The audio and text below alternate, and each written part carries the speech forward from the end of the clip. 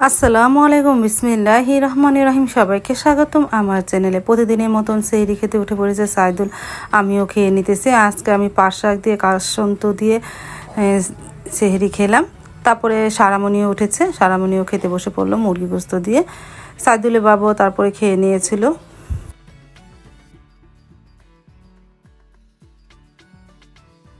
হয়ে গেল সকাল, এখন বাজে ঘড়িতে 11টা। আজকে একটু দেরিতে ঘুম থেকে উঠেছি, কারণ সাবার শরীরটা তেমন একটা ভালো না। গতকালকে রাত্রে অনেকটা জ্বর এসেছে, জ্বরের কারণে শরীরে হাত পা ব্যথা। সারা রাতে ওর সাথে ছিলাম, ঘুম তেমন একটা হয়নি। তারপরে যে সকালে একটু ঘুমিয়েছিলাম। আর এই যে সারা পাখি উঠেছে, জান্নাত পাখিও চলে এসেছে।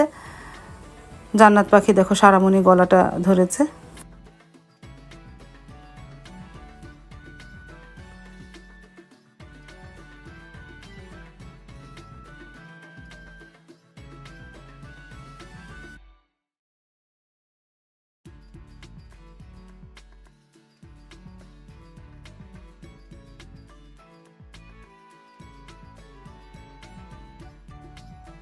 তারপরে বিকেল 4টা বাজে রান্নাঘরে চলে আসলাম। আমারও শরীরটা তেমন একটা ভালো না। গতকালকে সেহরির সময় পাট শাক দিয়ে ভাত খেয়েছিলাম, আমার ডায়রিয়া হয়ে গেছে। শরীরটা অনেক খারাপ, সকাল থেকে কয়েকবার বাথরুমে গিয়েছিলাম, তারপরে শুয়েছিলাম। ঘুম থেকে উঠে 4টা বাজে রান্নাঘরে চলে আসলাম। আজকে লটকে শুটকি পটল দিয়ে ভুনা করব। এই যে লটকে শুটকিটা ভালোভাবে ধুয়ে নিয়েছি, এখন ভেজে নিলাম। পেঁয়াজ দিয়ে দিলাম, পেঁয়াজটা ভাজা হোক, তারপরে ময় মশলা দিব। আজকে লটকে শুটকি ভুনা আর ভাত, আর সেহরির সময় চিংড়ি মাছ ভেজে দেবো ছেলে মেয়েদের। পেস্টও ভাজা হয়ে গেল, এখন আদা রসুন দিয়ে দিই। আদা রসুন দেওয়ার পর একটু হলুদের গুঁড়া, মরিচ গুঁড়া, ধনিয়া গুঁড়া দিয়ে মশলাটাকে একটু কষিয়ে নিই। পেস্টটা ভাজা হওয়ার পর পানি দিয়েছিলাম, এখন ময় মশলা দিয়ে ফেলি।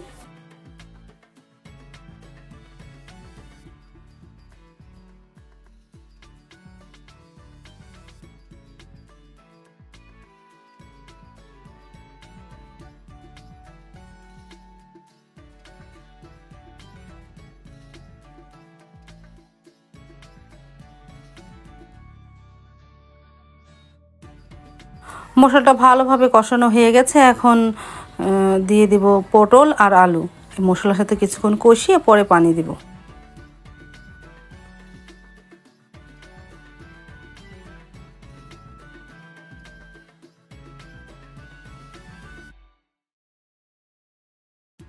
কষানো হয়ে গেল আলু আর পটল, এখন পরিমাণ মতন পানি দিয়ে দিই। আস্তে আস্তে শুটকিটা রান্না করি।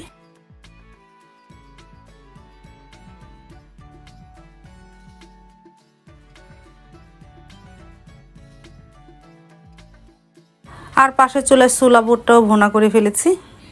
তারপরে তো ইফতারি সব কিছু গুছিয়ে ফেললাম, শুটকি রান্না হয়ে গেছে। আমি এখন নামাজ পড়ে চলে এসেছি, আসরের নামাজ পড়ে এখন ভাজা শুরু করে দিই।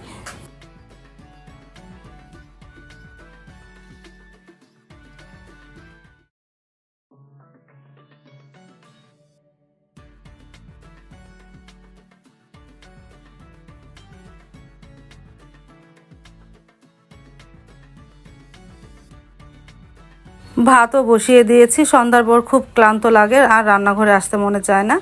ভাত বসিয়ে দিলাম আর আস্তে আস্তে সব কিছু ভেজে নিতেছি।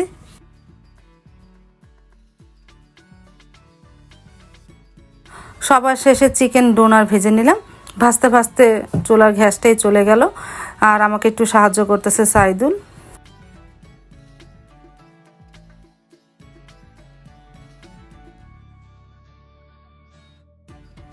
সব কিছু ভাজা হয়ে যাওয়ার পর চলে আসলাম ড্রয়িং রুমে সব খাবার টাবার নিয়ে।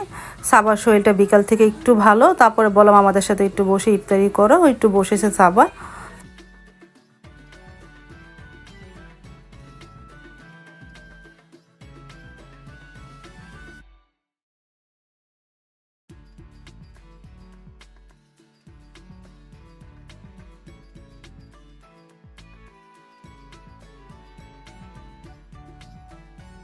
আর এদিকে আজান পড়ে গেল, আমরা সবাই বসে ইফতারিটা করে নিতেছি। আজান দিয়ে দিয়েছে, আর সাইদুল বাবা মুড়ি মাখার জন্য সব কিছু তৈরি করে ফেলেছে।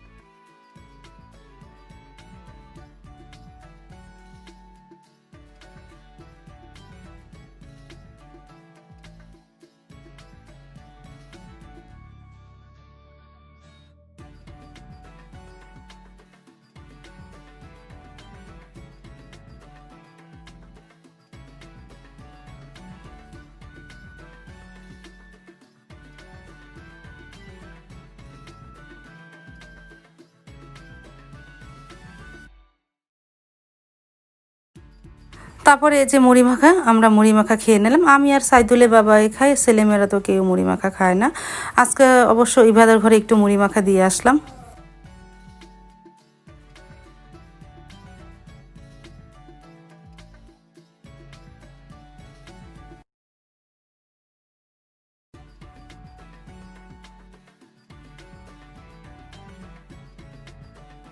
আজ তাহলে এ পর্যন্ত, দেখা হবে আগামীকালকে নতুন আরেকটা ব্লগ নিয়ে। আল্লাহ হাফেজ, আসসালামু আলাইকুম।